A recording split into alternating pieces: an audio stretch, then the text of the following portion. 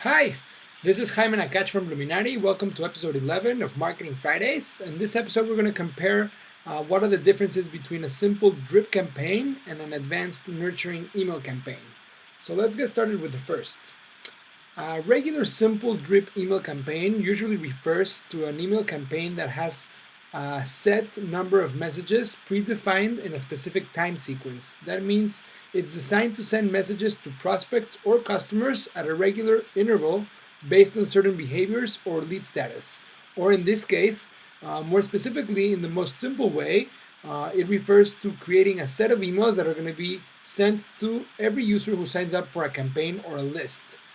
In the simple example, let's say that you sign up for something. The first email is going to be sent to you usually the moment that you sign up or a few minutes later. And then the second email might be set on the campaign to be sent on the third day or on the fifth day. So you'll get email 2, let's say, on the third day.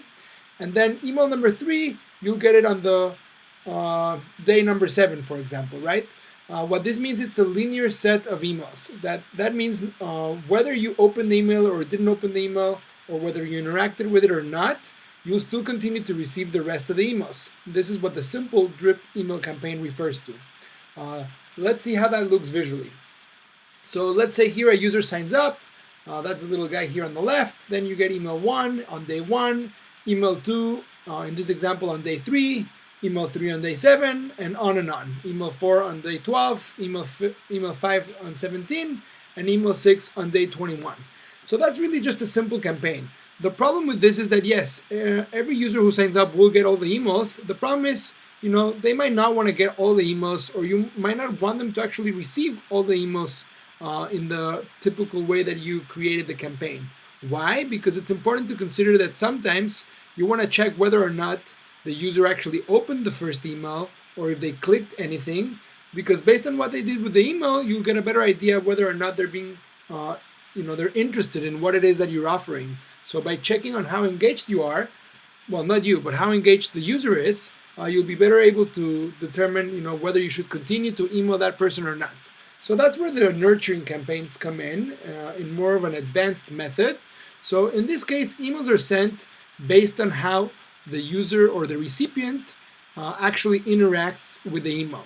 A nurture campaign supports advanced options and enables more attributes and behaviors so that you can track for the benefit of qualifying leads properly. Why? Because like I said, you don't really want to email necessarily everybody in a very simple sequence because, if they didn't open the first 3 emails, you probably don't want to send the 4th. In this type of more advanced nurturing campaigns, not all users will receive the exact same set of emails. Why? Because depending on how they interact with the emails, they'll receive different emails. For example, in this case, the campaign on a nurturing campaign can check whether the recipient opened an email or whether a link was clicked or if a specific page on your website was visited. So let's see how that looks visually. Take a look at this. This looks much more complex than the first example where we only had, a set of 6 emails sent.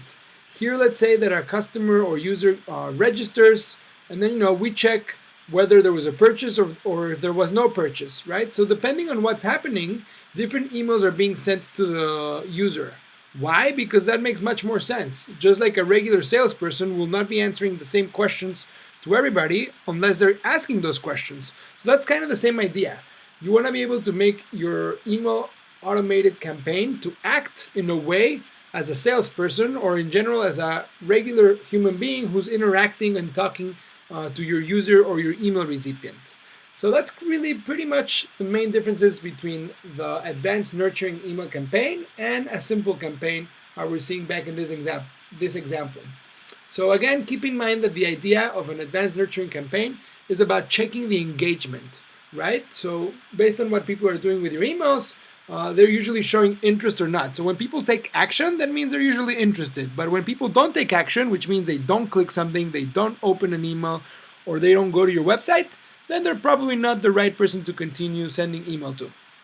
All right, that's pretty much it for this episode of Marketing Fridays. Thank you so much for coming.